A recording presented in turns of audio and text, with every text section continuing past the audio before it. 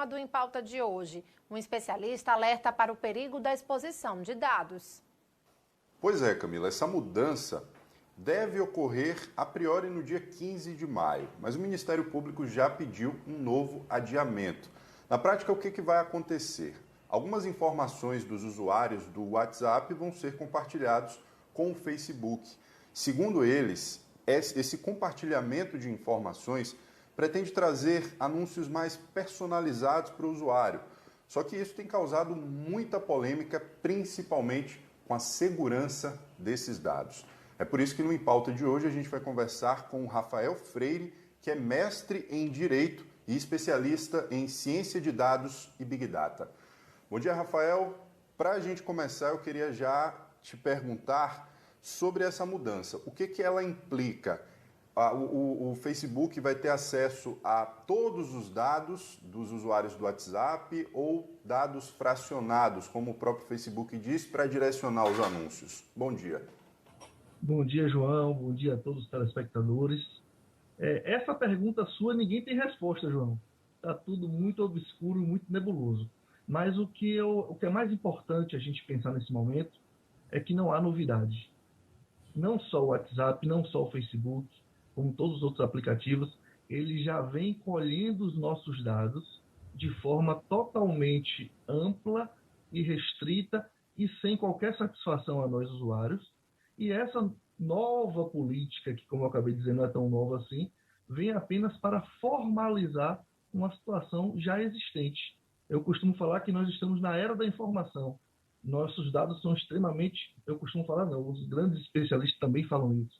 Então, nossos dados são extremamente valiosos.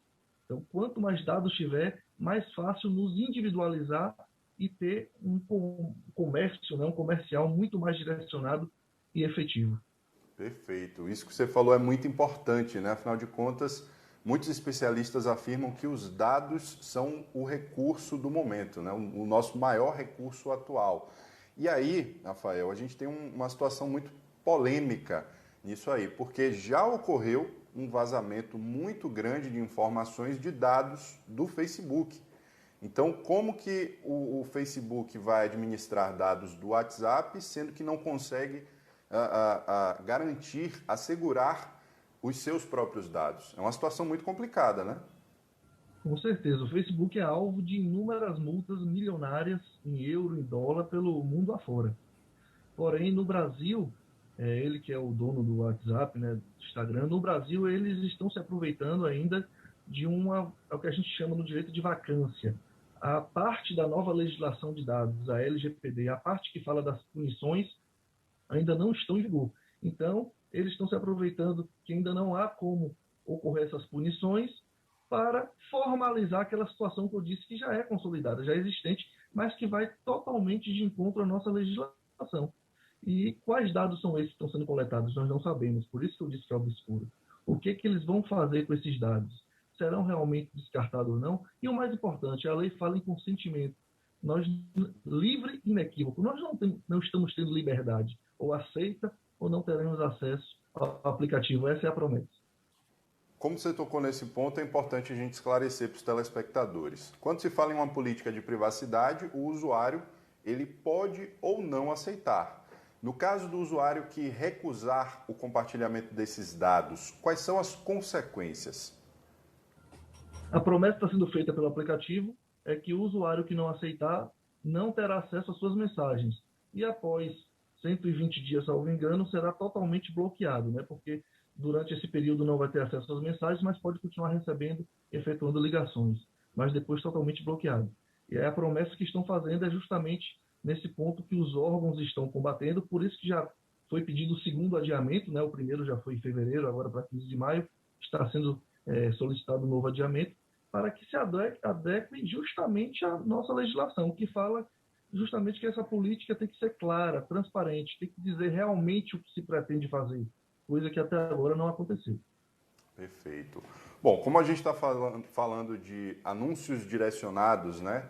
Meio que mostrar o que a pessoa acha que quer, a gente também não pode deixar de falar do impacto disso nas relações de consumo.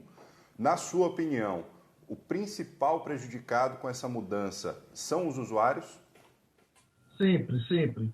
É um direito fundamental. Inclusive, eu tenho uma obra específica tratando dos dados pessoais como direito fundamental, uma abordagem constitucional.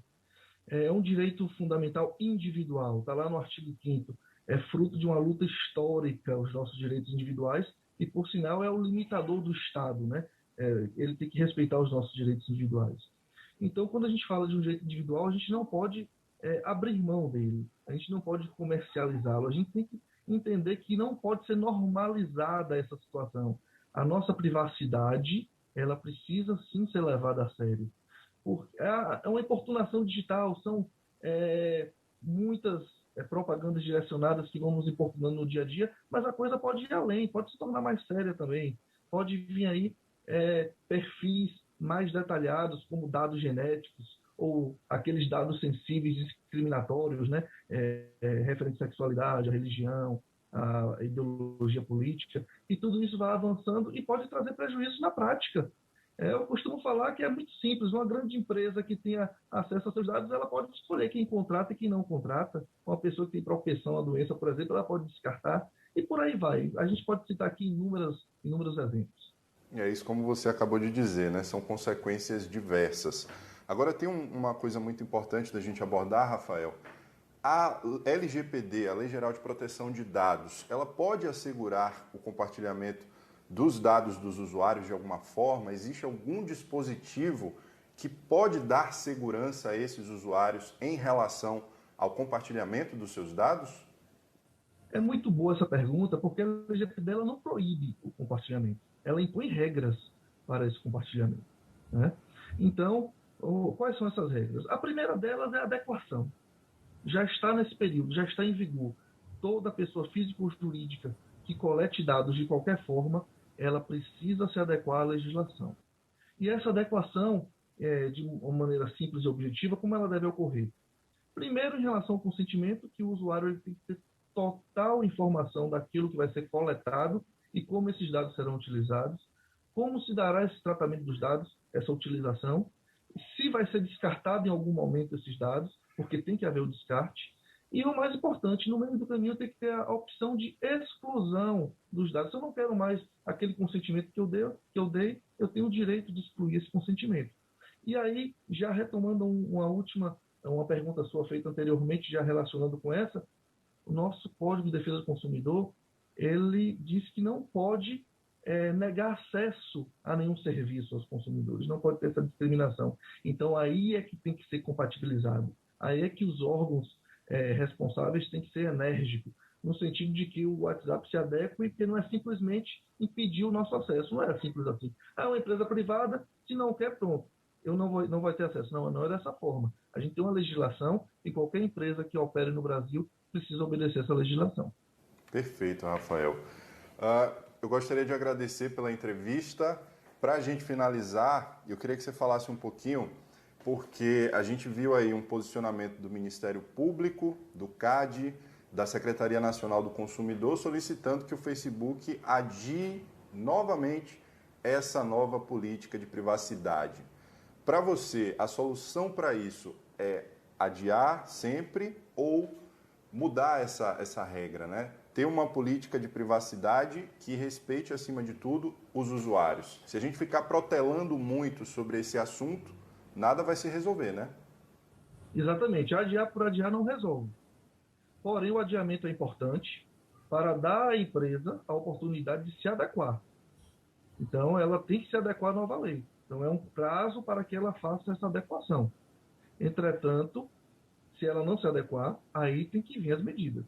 As sanções da LGPD ainda não estão em vigor, mas existem outras sanções já previstas no Brasil em outras leis. Ela precisa ser multada e ela precisa sentir que realmente ela deve ter respeito a tudo isso. Então, o adiamento é importante como adequação, mas não para depois vir impor novamente aquilo que já se fazia. Sendo que essa adequação é justamente para que não é uma nova política, né? É justamente para que se torne verdadeiramente nova e não fingir que é uma nova, como está sendo aí. Perfeito, Rafael. Vamos torcer para que saia, na verdade, um resultado positivo aí de toda essa tramitação, né? E que não traga prejuízos para os usuários que são, infelizmente, quem mais sofre, né? A ponta da corda que sempre vai arrebentar. Rafael, muito obrigado pela entrevista e eu espero conversar com você em uma próxima oportunidade. Eu que agradeço, João, estou sempre à disposição e eu espero que as pessoas, todos nós, realmente tenha conscientização da importância da privacidade dos dados e a repercussão que isso pode ter em nossas vidas. Eu estou sempre à disposição para esse tipo de discussão, porque é realmente muito relevante e a gente não pode normalizar isso, não pode relativizar isso. A gente tem que sempre lutar contra esse tipo de prática. Muito obrigado, um abraço a todos.